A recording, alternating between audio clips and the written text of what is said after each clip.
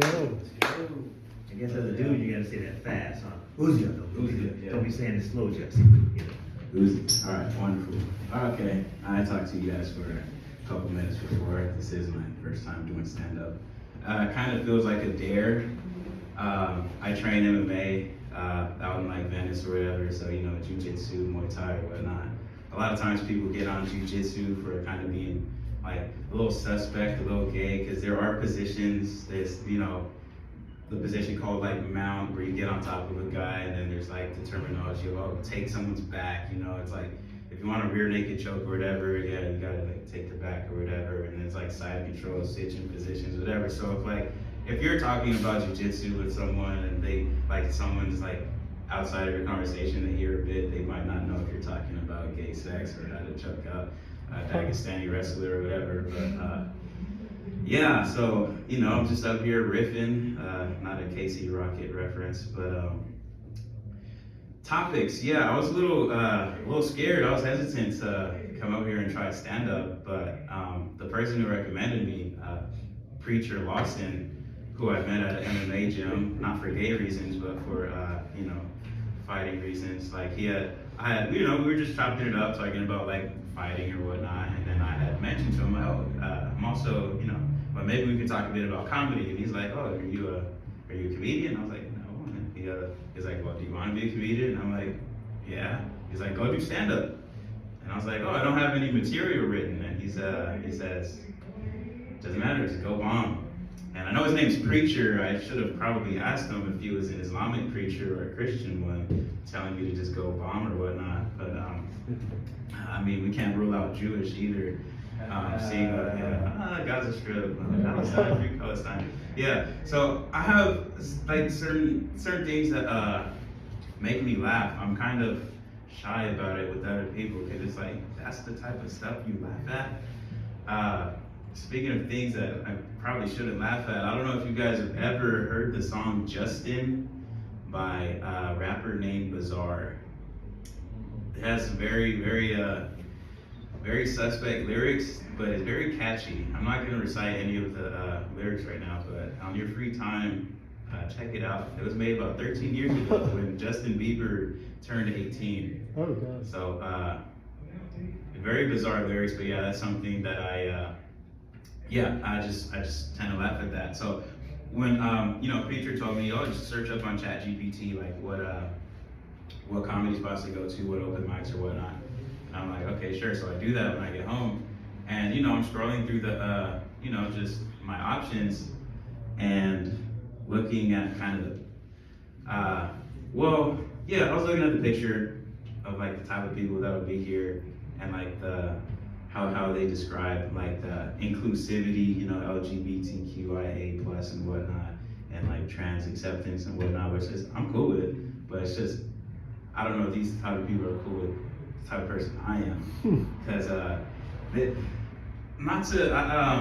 I guess this will fall under a stereotype of not being able to read for someone like me, but I don't know if it's pronounced physiognomy or whatever, but it's just like this whole idea that you can judge what someone is like based off of their facial features or whatever. I mean, we all do it. It's called like thin slicing. You can look it up in psychology or whatever, but I would just say the type of people that I saw on some of these like comedy posters, they look like the type of people that would be up to date with their booster shots in 2026.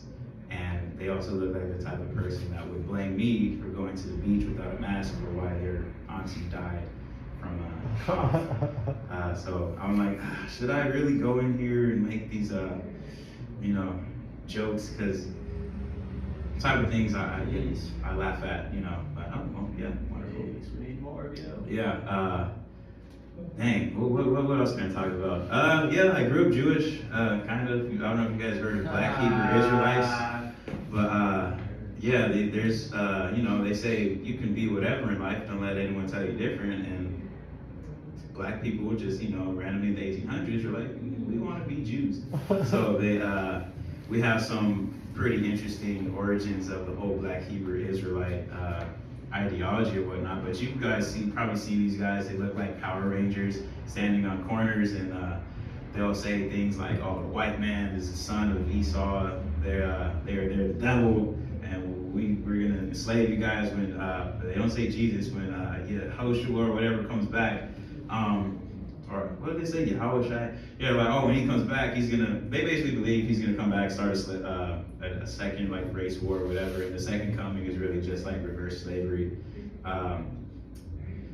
Not to fall under another stereotype, but I guess I did drink that Kool-Aid, that wheat grape Kool-Aid. But yeah, I was a Hebrew Israelite, but read the Bible, and I was like, oh, these guys like me, whatever.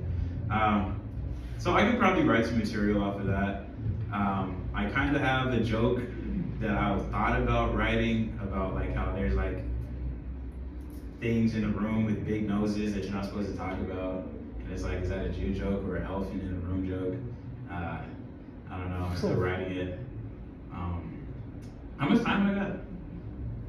About 30 seconds. 30 seconds. I don't know if I have any jokes in 30 seconds.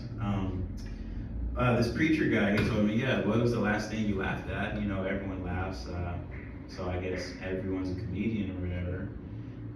But laughing is kind of like a connective thing. Like, you can be funny, but you're not gonna make everyone laugh the same way that I guess you could be a porn star, but you're not gonna make everyone come that you meet.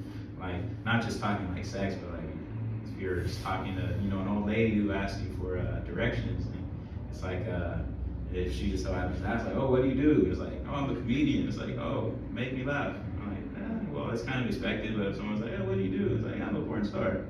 They can be like, well, make me come. I don't know, but if that's the case, I might have to change careers. Yeah.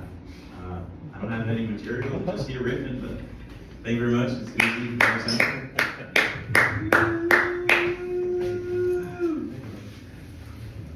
So you said you're an MMA fighter? Yeah.